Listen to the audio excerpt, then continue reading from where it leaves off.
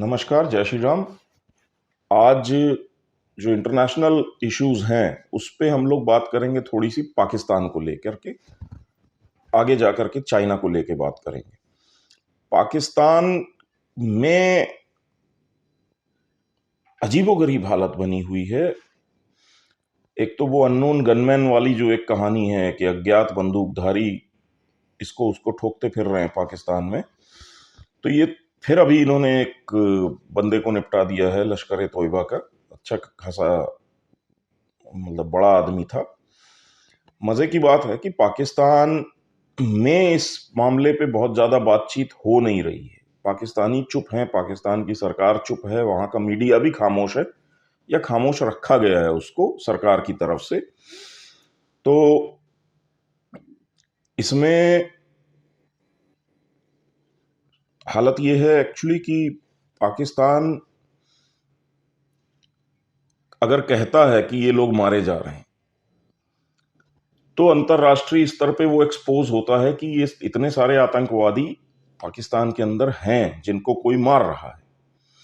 तो वो उस चक्कर में भारत के ऊपर आरोप नहीं लगा पा रहा है, दबी जबान में कह रहा है कि कोई विदेशी एजेंसी ऐसा करवा रही है। इस पे मुझको ऐसा लग रहा है कि पाकिस्तान को डिसमेंटल करने की भारत ने एक शर्त रखी हुई है अमेरिका के सामने कि अगर आप हमारा सहयोग चाहते हैं, आप चाहते हैं कि हम आपके साथ काम करें, आगे बढ़ें, तो पहले हमको ये पाकिस्तान नाम का फसाद खत्म चाहिए। और उस कारण से मुझको ऐसा लग रहा है कि अमेरिका काफी सारे काम ऐसे कर रहा है कि जिसमें वो पाकिस्तान की फौज की क्षमताओं को धीरे धीरे धीरे धीरे खत्म करते जा रहे हैं, ताकि एक स्थिति ऐसी आ जाए कि पाकिस्तान की सेना बिल्कुल बेबस और लाचार हो जाए। उसको उसके बाद आईएमएफ से पैसा उसी कंडीशन में मिलेगा कि जब वो अपनी सेना में भारी कटौतियां करेंगे, क्योंकि वैसे ये मानते नहीं। आईएमएफ बोल चुका है, लेकिन ये उस मामले पे कि सेना में कटौती होनी चाहिए, इस मामले पे साफ ना कर देते हैं। तो अब अगर आप देखें तो पाकिस्तान की एक तरफ आर्मी के साथ ये हो रहा है कि रोज के, जैसे अभी कल भी बलूचिस्तान में 3 आईएसआई के लोगों को बम ब्लास्ट में उड़ा दिया गया।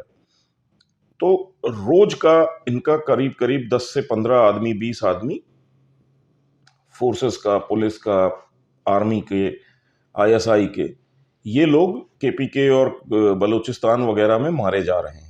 वो एरियाज इनके हाथ से ऑलमोस्ट बेकाबू हो चुके हैं, निकल चुके हैं। इनकी आर्मी की हालत वहां पे बहुत खराब कर रखी है इन लोगों ने, मतलब बलोचों ने भी और तालिबानों ने भी। उसके अलावा क्या है कि ये जो अननोन गनमैन वाली कहानी है, ये पाकिस्तान आईएसआई के जितने एसेट्स हैं इनको ठोका जा रहा है। ये भी जहां तक खबरें आ रही हैं कि ये इसमें सीआईए और मोसाद का हाथ है। वो लोग किराए के भाड़े के जो क्रिमिनल्स हैं उनका यूज कर रहे हैं, उनको बहुत अच्छे से इनकी लोकेशंस और सब कुछ पता है। भारत की रॉ से कहीं ज्यादा तगड़ी प्रेजेंस पाकिस्तान के अंदर सीआईए की है, और सीआईए की बड़ी ऑफिशियल प्रेजेंस है। वो इसलिए है क्योंकि आईएसआई को बनाया सीआईए ने था, और इसलिए सीआईए के लोग जो हैं वो वहां पे बिल्कुल ऑफिशियली बता करके सीआईए पोस्टिंग करती है कि भाई ये हमारा यहाँ पे स्टेशन डायरेक्टर है, और वो व्यक्ति इनकी सरकार और इनकी आर्मी के साथ लगातार संपर्क में रहता है। तो सीआईए की बहुत ऑफिशियल प्रेजेंस है पाकिस्तान के अंदर, और सीआईए को एक एक चीज की जानकारी रहती है, न सिर्फ सारे आतंकवादियों की, उनके अड्डों की, उनकी बैठकों की, उनकी बातचीत की, उनके फोन रिकॉर्डिंग्स, उनके पाकिस्तान आर्मी और आईएसआई के कौन से ऑफिसर्स किस आतंकवादी संगठन को हैंडल करते हैं और क्या करते हैं, हर चीज की जानकारी सीआईए को रहती है। पाकिस्तान खुद देता है, और क्योंकि ये मिलकर के ऑपरेट करते थे। आज ऐसा लग रहा है कि सीआईए को ही ये इंस्ट्रक्शंस हैं कि ये सारा सिस्टम जो है टेररिज्म का और पाकिस्तान आर्मी का, इसको डिसमेंटल करो। अब मैं क्यों कह रहा हूं कि डिसमेंटल करो? पाकिस्तान का आप समझिए कि बीच में ये हालत थी कि इन्होंने एक युद्धाभ्यास अपना कैंसिल किया था, ये कहते हुए कि हमारे पास तेल, गोला बारूद ये सब पर्याप्त मात्रा में नहीं है युद्धाभ्यास करने के लिए। तो इन्होंने वो युद्धाभ्यास कैंसिल किया था, अभी 6-8 महीने पहले की बात है। अब एक खबर आई थी कि बाजवा के टाइम पे पाकिस्तान ने $400 मिलियन के एम्यूनिशन, गोला बारूद यूक्रेन को वाया अमेरिकन कंपनीज बेचा है। मतलब अमेरिकन कंपनीज ने पाकिस्तान से खरीदा और उसके बाद उसको ले जा करके यूक्रेन को सप्लाई किया। उसके कारण ये थे कि अमेरिका की प्रोडक्शन कैपेसिटी इतनी नहीं थी जिस हिसाब से वहां पे गोला बारूद की खपत हो रही थी यूक्रेन के अंदर। तो वो यूरोप से और सारे देशों से जहां जहां उनके सहयोगी थे उनसे ये सौदा कर रहे थे कि भाई आप लोग भी माल सप्लाई करें यूक्रेन को, और उसमें पाकिस्तान को भी इन्होंने शामिल किया।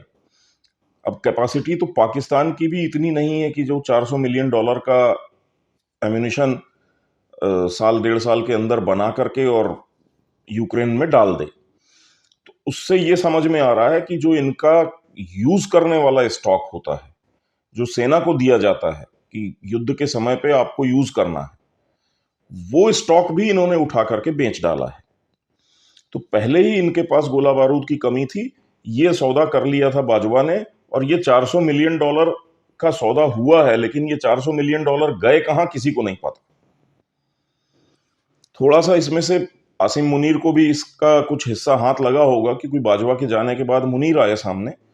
अब ये अंडरस्टूड सी बात है कि ये पूरा माल जो है ये पाकिस्तान फौज के जनरलों ने बेच के पैसा खा लिया है।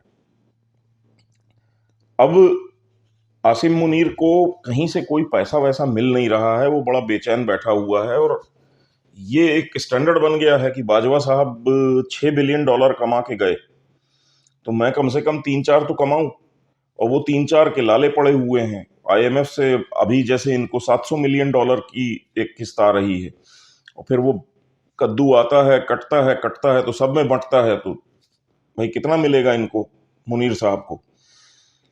अब एक बड़ी मजेदार खबर कल से आ रही है, और वो खबर ऐसे आई है कि कुछ ओसेंट वेबसाइट्स हैं, जो ओपन सोर्स इंटेलिजेंस वेबसाइट्स होती हैं, ये लोग क्या करते हैं कि फ्लाइट रेडार नाम की एक वो होती है, ऐप होती है, जिससे कि दुनिया भर में कौन सी फ्लाइट कहां से कहां जा रही है, आ रही है, उसको ट्रैक किया जाता है।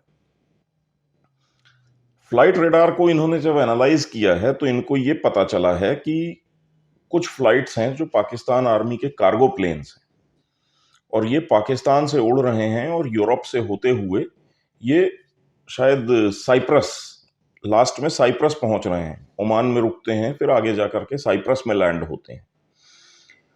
जब ये ओसेंट वालों ने इसकी तहकीकात और की कि भाई ये पाकिस्तान के plane, cargo plane Pakistan army के, ये साइप्रस क्यों जा रहे हैं, तो ये पता चला कि पाकिस्तान के ये प्लेन 125 का एम्यूनिशन, गोला बारूद 125 तोप का, वो कैरी कर रहे हैं, ढो रहे हैं, और लगातार ये फ्लाइट्स चल रही हैं साइप्रस के लिए।